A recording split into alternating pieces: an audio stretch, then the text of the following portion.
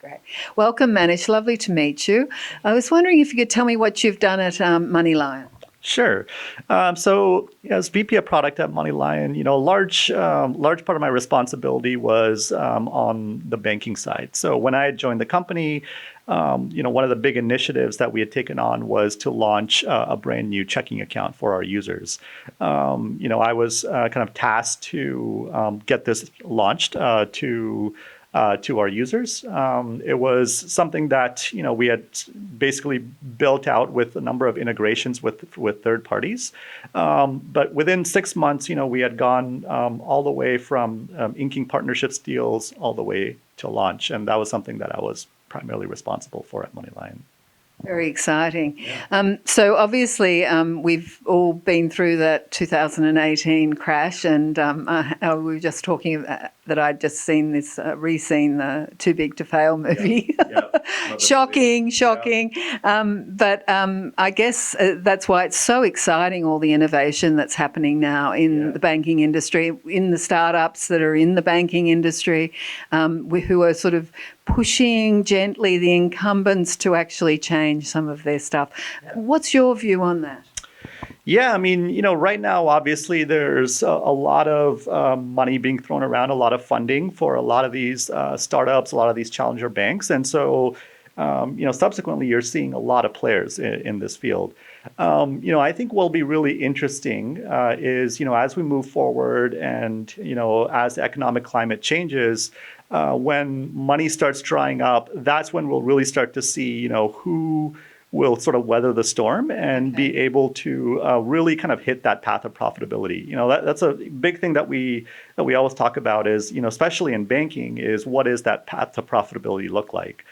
And it's a very interesting question, right? I think, the players who will end up being really successful in this field are those who will basically figure out, how do we really reach that stage where we can break even and start hitting profits? And in my opinion, it's really going to be about not just banking, but really the bundling of financial services together.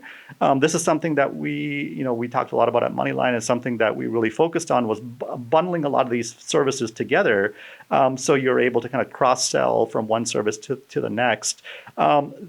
The bundling of services together, along with this concept of a membership model, I think kind of those two combined is one way of kind of hitting that path to profitability.